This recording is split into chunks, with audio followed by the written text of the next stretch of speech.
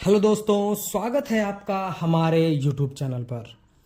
दोस्तों, आज का जो हमारा ये वीडियो ये बहुत ही इंपॉर्टेंट वीडियो है।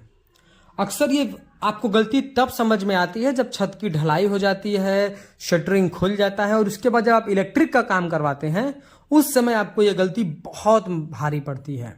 तो आज के इस वीडियो में हम देखेंगे कि छत में जो हम पाइप डालते हैं, जो इलेक्ट्रिक पाइप जिसको हम कंड्यूट भी बोलते हैं, हम उसको छत में कैसे लगाते हैं, यानी कि छत में वायरिंग करने का सही तरीका क्या है, कंड्यूट डालने का सही तरीका क्या है, हम आज के इस वीडियो में आपको कंप्लीट बताएंगे। देखिए, छत में जब वायरिंग करी जाती है, जब छत पे कंड्यूट डाला जाता है तो स्लैब कास्टिंग से पहले कर दी जाती है।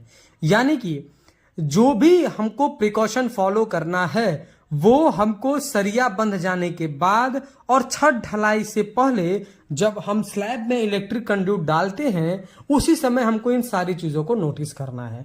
नहीं तो फिर बाद में अगर आपको सिर्फ तोड़ फोड़ करना होता है और उस पर आपको तोड़ फोड़ करने से आपका स्लैब में लीकेज हो जाता है और आपका काम भी अच्छे से नहीं होता है।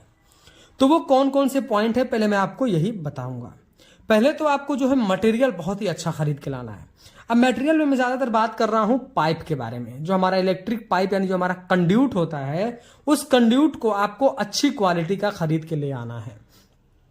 देखिए, जब हम स्लैब की कास्टिंग करते हैं, ठीक है, और हमने इलेक्ट्रिक कंड्यूट बांध दिया तो उस पे हम क्या है कि हमारे स्लैब पर आदमी भी दौड़ेंगे, हमारे जो वर्कर होते हैं वो भी काम करेंगे, उनका वेट। उसके बाद हम कंक्रीटिंग करते हैं, कंक्रीट का वेट। और सबसे इंपॉर्टेंट, स्लैब की कंक्रीटिंग करते समय जो हम छोटी वाली ट्रॉली यूज करते हैं जिससे हम कंक्रीट को कंक्रीट मशीन के पास से लेकर के स्लैब पर लेकर के आते हैं, वो भी हमारे स्लैब पर चलता है। यानी कि जब हम सरिया बांध देंगे और अपनी पाइप को डाल देंगे जैसा आप वीडियो में देख रहे हैं, अब इसके बाद स्लैब की कास्टिंग होगी।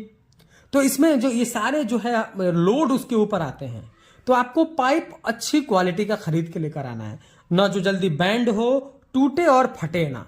क्यों मैं कह रहा हूं, देखिए सारी मिस्टेक लगभग यही हो जाती है। जब आप हल्के क्वालिटी का पाइप लेकर के आएंगे और जब उस पर हमारा मैन पावर, हमारा कंक्रीट का वेट या फिर ट्रॉली जब उस पर मूव करेगी स्लैब पे पाइप के ऊपर, तो वो पाइप बैंड होकर टूट सकता है, पाइप फट सकता है, उसमें क्रैक्स आ सकते हैं। इन तीनों कंडीशन में सिंपल सा काम यह है कि जो हमारा सीमेंट की स्लरी है या फिर हमारे कंक्रीट के छोटे पार्टिकल जैसे कि सैंड, ये सब उस पाइप में भर जाते हैं, कंड्यूट में भर जाते हैं। उस समय आपको दिखाई तो देता नहीं है। ये आपको पता कब चलता है, जब आप स्लैब की शटरिंग खोल देते हैं, उसके बाद उसमें आप जब इलेक्ट्रिक का काम करवाते हैं, वायर डलवाते हैं, तब आपको ये चीजें ज्यादा समझ में आती हैं और फिर सर पटकने के अलावा आपके पास कोई काम नहीं रह जाता है। देखिए, अगर पाइप टूटा और फटा, कंक्रीट की स्लरी चली गई, क्रैक आए, तो पाइप चोक हो जाएगा, तो सारा का सारा पैसा वेस्ट हो जाएगा। तो आपको क्या करना है कि जो भी आपको पाइप लानी है वो बहुत ही बेहतरीन क्वालिटी की पाइप लानी है। सिंपल तरीका मैं आपको बता रहा हूं, आपको पाइप चेक कैसे करना है। देखिए, पाइप जो भी आप परचेस करने जा रहे हो, पहले आप उसको रोड पे या फिर जहां भी नीचे उसको बिछा दें और उस पर आप खुद कूदें, उस पर आप खड़े हों। आपका वेट लगभग 60-70 kg के आसपास है। अगर वो पाइप बैंड नहीं हो रहा है तो वो पाइप चल सकता है, वो पाइप फिर ठीक है। अगला, हम एक जब पाइप को डालते हैं और कभी कभी दूरी ज्यादा बड़ी होती है तो हम एक पाइप को दूसरे पाइप से ज्वाइंट कर देते हैं। उसमें अपना जो है उसमें सेक्शन बना होता है, एक पाइप को दूसरे पाइप में डालने की जगह बनी होती है, तो हम पाइप को ज्वाइंट कर देते हैं।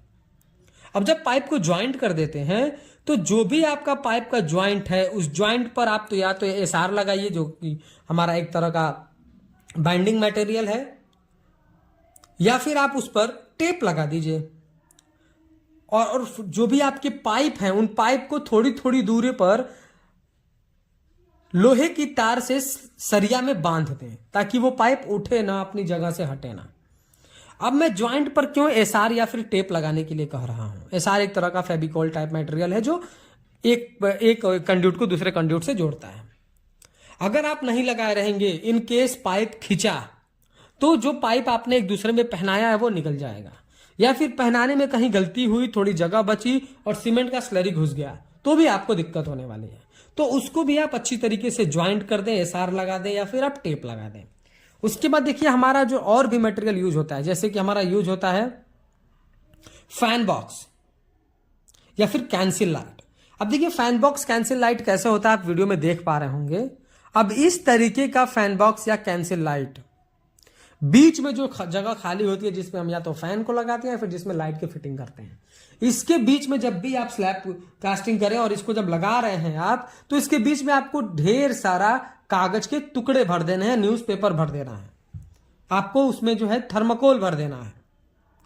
अगर आपने उसको ब्लैंक छोड़ दिया तो उसमें कंक्रीट भर जाएगा, तो वो बिल्कुल भी किसी भी यूज में नहीं रह जाएगा। कुछ लोगों को हम लोग देखते हैं, लोग बालू डाल देते हैं या मिट्टी डाल देते हैं।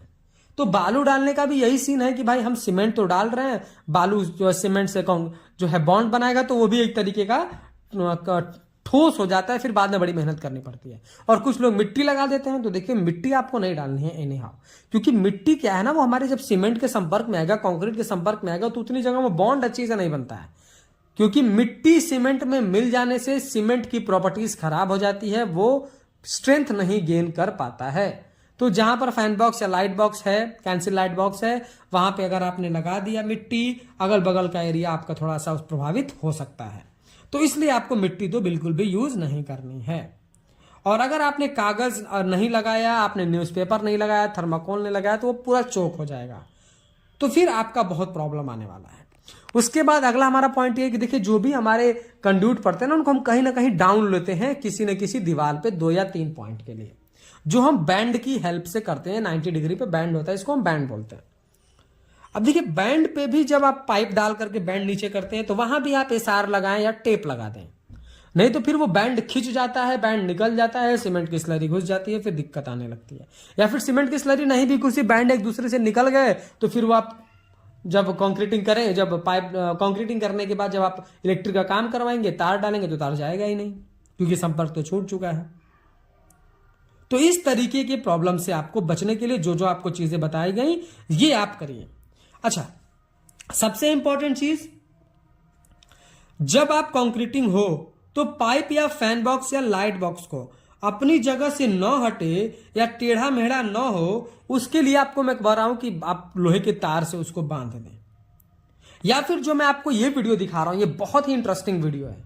इसमें आप देख सकते हैं कि जो भी इलेक्ट्रीशियन है, मेन पाइप तो वो ले गया है, लेकिन उसके अलावा छोटे छोटे पाइप को और काट करके, जैसे मान लीजिए कि एक उसने लेफ्ट हैंड पे पूरा पाइप लंबा ले गया, अब फैन बॉक्स थोड़ा बहुत हिल रहा है, तो फैन बॉक्स को फिक्स करने के लिए उसने क्या किया, ठीक उसके अपोजिट साइड में एक छोटा सा कंड्यूट काट करके उसको बांध दिया। अब दो तरफ और दो दिशाओं से बंधे होने की वजह से दो तरफ बांधने से उसमें प्रॉपर स्टेबिलिटी आ रही है, अब वो बहुत कम मूवमेंट कर रहा है। तो ये बहुत ही अच्छा तरीका है, आप ये तरीका अडॉप्ट करें और इस तरीके से काम करें जैसा आपको वीडियो में दिखाया जा रहा है। तो ये कुछ आज का हमारा पॉइंट था कि छत में आपको कंड्यूटिंग कैसे करनी है, छत में वायरिंग कैसे वायरिंग का जो है पाइप है वो कैसे डालना है। वीडियो पसंद आया हो तो प्लीज वीडियो को लाइक कर दे, और अगर चैनल पर नए हैं, कंस्ट्रक्शन से रिलेटेड ऐसे ही इंफॉर्मेटिव वीडियोस इन फ्यूचर देखना चाहते हैं, तो प्लीज चैनल को सब्सक्राइब करके बेल नोटिफिकेशन को ऑल पर प्रेस कर दें। Thank you.